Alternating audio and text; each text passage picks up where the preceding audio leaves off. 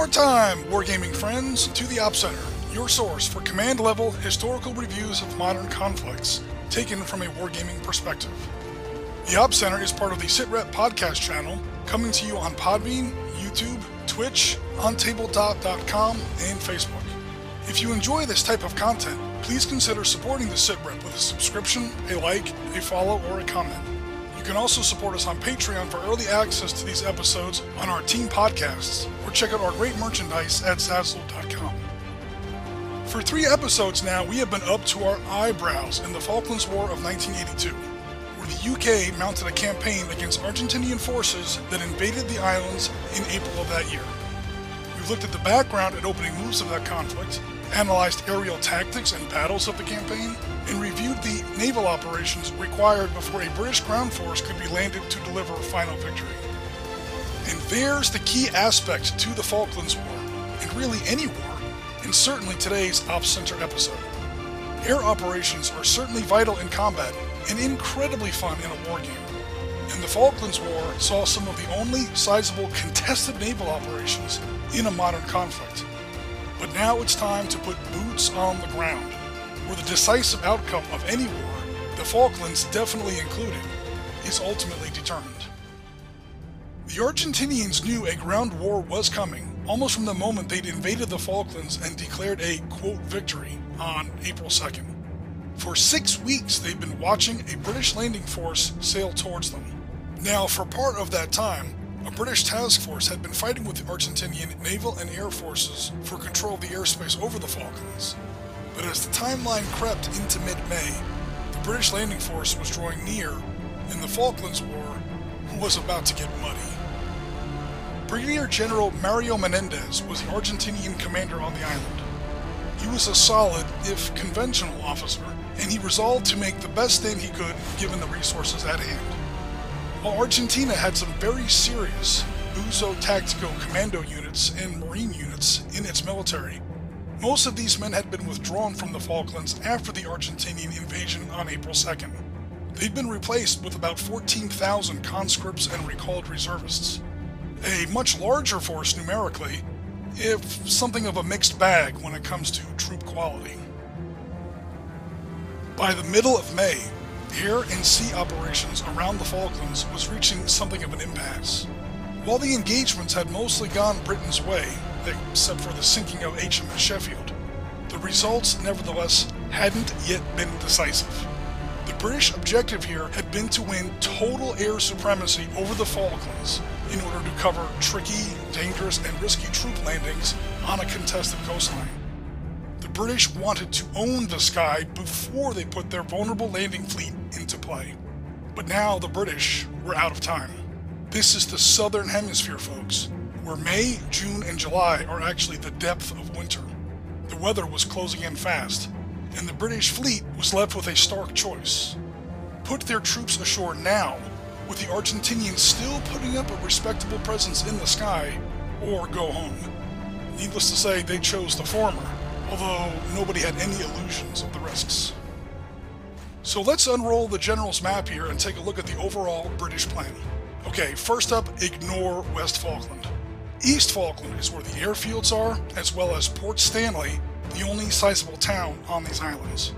This is also where Menendez had about 90% of his troops, so clearly the war is going to be decided here on East Falkland, one way or another. During Operation Rosario, the Argentinians had come into the Falklands through the front door, so to speak, straight into Port Stanley.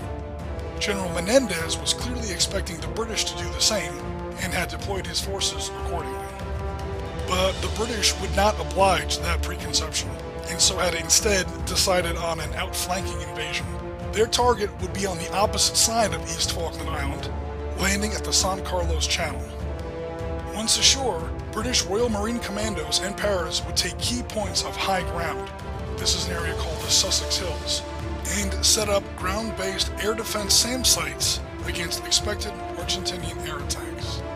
Once the lodgment was secure, helos would then be used to carry the invasion force across the interior of East Falkland Island to attack the hills overlooking Stanley. With Army artillery on these hills to the west, and naval gunfire coming in from the east, and air bombardment continuing on remaining Argentinian positions, the Argentinians would be forced to surrender. Sounds great, huh? So, do you think it happened that way? Yeah, neither do I. The British ground commander was officially Marine Major General Jeremy Moore. Brigadier General Julian Thompson would command the initial San Carlos landing force. This is 3rd Commando Brigade, comprised of 40, 42, and 45 Royal Marine Commando, and the 2nd and 3rd Battalions of the Para Regiment. Thompson would in fact be in overall command until Moore arrived. Currently, Moore was still sailing toward the Falklands aboard the Queen Elizabeth II, serving as a troop ship.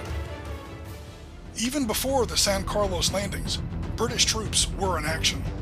On May 14th, D Squadron of the 22nd SAS were launched from the carrier Hermes to Pebble Island. This is just off the north coast of West Falkland. Here, the Argentinians had a grass airfield and a force of their IA-58 Pucara ground insurgency strike aircraft.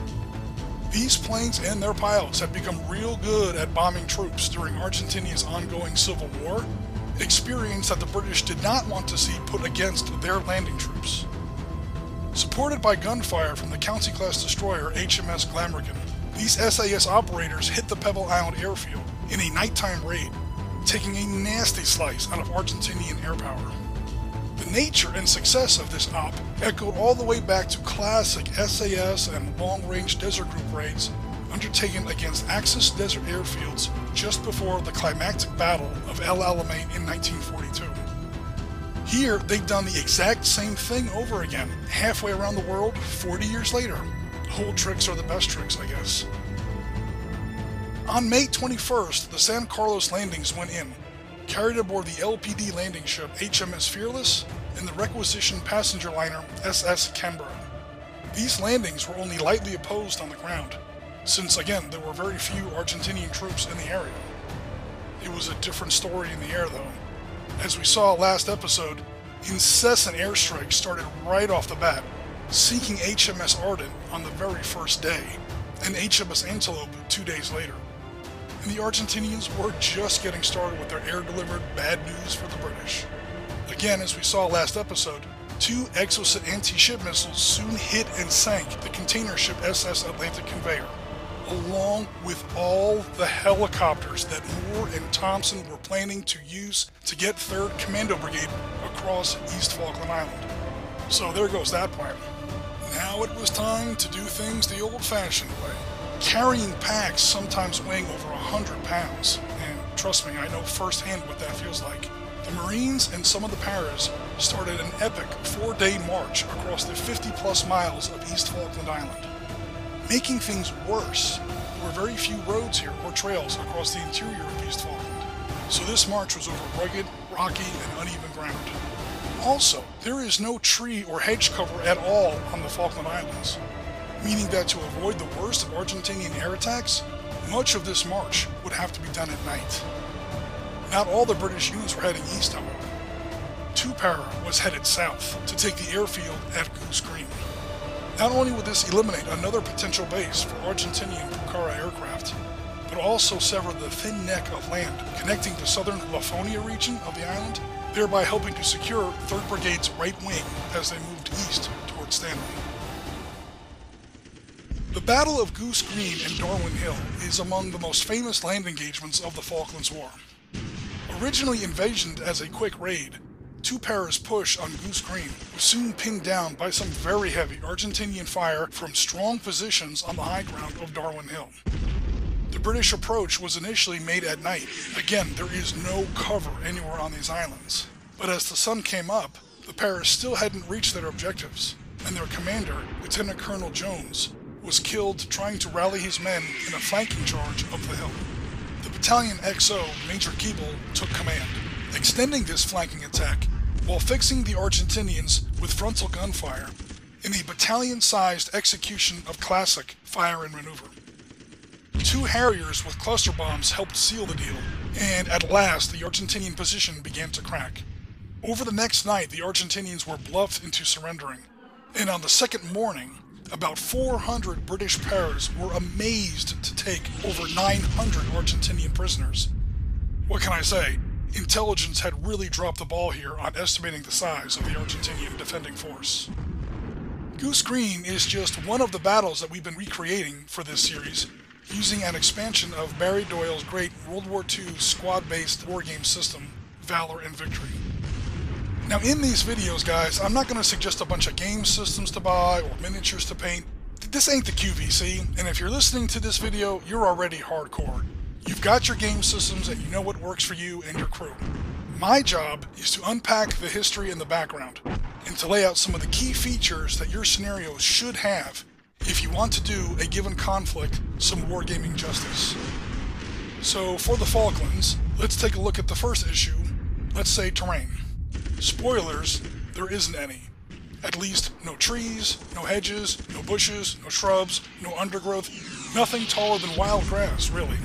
Again, these islands are about 1,400 clicks north of Antarctica, and we're hitting the winter months here. So go ahead and save that jungle terrain for your Vietnam tables. What there is, though, is hills and rocks. Lots of rocks. Tons of rocks. Jagged, broken outcrops all over the place. Seriously, these features practically cover the islands anyway, but they're also where Argentinian troops set up their toughest defensive positions, which means that these are the spots that the British, in turn, are going to have to hit the hardest. And this isn't brick or mortar or concrete, this is living stone coming straight out of the earth. So British grenade launchers, laws, or even the Gustav rocket launchers, we're not going to make a dent in this stuff. This is probably why the Falklands is still the most recent war, to my knowledge, to have a bona fide, live-fire, old-school bayonet charge. How else are you going to get Argentinian conscripts out of these rocks? Speaking of weapons, let's talk gear. Curiously, the Argentinians and British are using almost the exact same weapons. Okay, they have different names, and they're maybe built under licenses in different countries, but the British L1A1 SLR and the Argentinian FN FAL are really the same weapon. Both sides are also using the same Sterling SMG and FN Mag general-purpose machine gun called the L7A2 in British service. So when it comes to kit, this is going to be one of the most even matchups you're really ever going to see in modern warfare. This means that in your war games, rules and tabletop application for troop quality, tactics, and support weapons, up to and including airstrikes for both sides, are really going to be key factors. While we're talking troop quality here, the British really are on another level. All the formations committed to this conflict are elite to some degree or another, including the SAS, the SBS, the Royal Marine Commando, the Paras, the Scots Guards, the Welsh Guards, even a battalion of Gurkhas get into the action. The British are really rolling out all the big hits here. Argentinian troops, by contrast, are mostly, like I said, conscripts and recalled reservists. In wargame terms, this means that their initiative checks, rallies, casualty evacuations, assaults, and resistance against assaults should be much more random or luck-driven. In Valor and Victory, I'm finding that sometimes they fight like heroes, sometimes not so much. This lines up perfectly with what we see in the historical record, where performance of the troops would vary widely even within the same unit. Elite or veteran infantry guys doesn't make your men superheroes or bulletproof. It makes the resilience of your units much more predictable. This allows you as a commander to make more reliable plans. As we were saying before, there is practically no vegetation to use for cover here. No real sprawls of buildings either. This means there's really no cover outside of bare hilltops, empty valleys, and again, those rocky outcroppings. What we see in history then, and what you have to keep in mind for any Falklands wargame, is night fighting. There's just no other way to have any kind of feasible attack on this kind of battlefield. After Goose Green, all the battles in the Falklands took place at night. And even Goose Green was supposed to take place at night. It got pushed into daylight hours only after the British attack kind of went off the rails a little bit. So if you're gonna have a ground war game in the Falklands, folks, get really comfortable with your night fighting rules. If you're doing Falklands in daylight, you're doing Falklands wrong. No trees, no hedgerows, no bushes, and no tanks? What? Sorry guys, but that's right. After the initial Operation Rosario invasion, the Argentinians pulled their LVTP-7 armored assault vehicles off the Falklands and were left really with no armored fighting vehicles of any description getting into action during the Falklands War. There are a handful of light AFVs present on both sides, seriously like 2 or 3 armored cars or light APCs, but these never get into combat so far as I've read. This thing is all about the infantry, guys. Airstrikes and helos, and with a little bit of howitzer bombardment at the very end. Speaking of the end, let's take a look at how the Falklands War finally wraps up. In the wake of the Goose Green battle, the rest of 3rd Commando Brigade was forced marching, or yomping as the Marines called it, across East Falkland. Now a second major contingent of ground forces had arrived. This is Brigadier Tony Wilson's 5th Infantry Brigade, consisting of 1st Battalion of the Welsh Guards, 2nd Battalion of the Scots Guards, and 1st Battalion of the 7th Gurkhas. They came ashore at Fitzroy on June 8th. This is on the southern side of East Falkland Island. The mission here was to coordinate with 3rd Commando Brigade in a converging attack on Argentinian positions in the hills and mountains west of Port Stanley. The Argentinians, however, were still very active in the air, and when the timing of British landings didn't go quite as planned, again not taking place under the cover of darkness, Skyhawk fighter bombers hit the logistics ships RFA Sir Galahad and Sir Tristram. Sir Tristram would survive, barely, but Galahad was not so lucky. She would be lost, but not before a horrific fire resulted in the worst loss of British life suffered in the war, and nearly took the Welsh Guards clean out of the war. Major General Moore, now in overall command, set up a 2-stage attack on the mountains and hills west of Port Stanley. Stage 1 of these battles was launched by 3rd Commando Brigade out of the west. Starting at 2000 hours on June 11th, the Royal Marines of 42 Commando attacked Mount Harriet, and 45th Commando attacked a double-peaked hill called the Two Sisters. The tallest mountain taken that night was Mount Logden, hit by 3 para. Again, these battles all take place at night, all fought by infantry, and culminated in very close, very fierce, and some pretty bloody fighting. Stage 2 of Moore's attack kicked off 2 nights later, and employed, in part, some of Moore's new units from the south. First, we've got 2 para attacking Wireless Ridge. The Gurkhas occupied Mount William, while the Scots Guards went after the tallest patch of terrain, a mountain called Tumbledown. This prominence was defended by more solid Argentinian troops of the 5th Marine Brigade, and this is really one of the only times in the Falklands War where we see first-line troops on both sides engage on fairly even terms. The Scots got themselves pretty badly pinned down amidst the craggy rocks and steep crevasses, but when another company of their battalion managed to get around on another rocky peak behind and above the Argentinians, the Scotsmen finally broke the deadlock. As the sun came up on June 14th, the British held all the high ground west of Port Stanley.